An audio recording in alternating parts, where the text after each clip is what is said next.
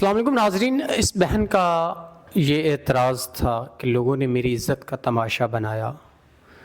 उनको चाहिए था कि वो मुझे तहफ़्फ़ुज़ देते, लेकिन उन्होंने मेरी इज़्ज़त का तमाशा बनाने के सिवा कुछ नहीं किया। किसी ने कोई मुतालबा किया तो किसी ने कोई मुतालबा किया। किसी ने कहा आओ जिस्म दिखाओ पैसे देते हैं, तो किसी ने कोई बात की, मगर निकाह की किसी ने बात न की। तो आइए इनसे जानते हैं। अस्सलाम वालेकुम। वालेकुम सलाम। अच्छा, आप मुझे ये बताएं, क्या मसले मसाइल आपको दरपेश आए जो जिन लोगों ने रब्ता किया, उन्होंने आपसे क्यों ऐसी फरमाइशें की कि जिस्म दिखाओ?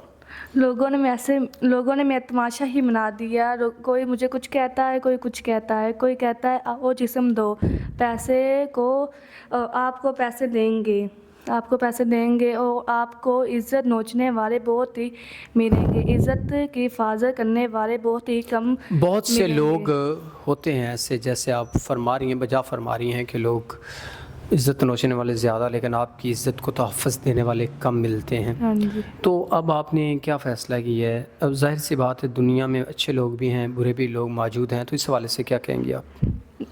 नशाई बाप से बचने के लिए मैंने बाकी लोगों को कम ना निकाला, क्योंकि कोई इसी से निकाह नहीं करता, कोई मेरी इज़्ज़त का मुसाफिर बनता है। और मुझे से निकाह करे अच्छा हो, इज़्ज़त करने वाला हो, चाहे बड़ी उम्र का हो, कोई मसला नहीं, मेरी इज़्ज़त करे। इनके आपका मुतालबा है कि कोई अच्छा इंसान हो जो आपकी इज़्ज़त करे, उम्र कोई मैटर नहीं करती।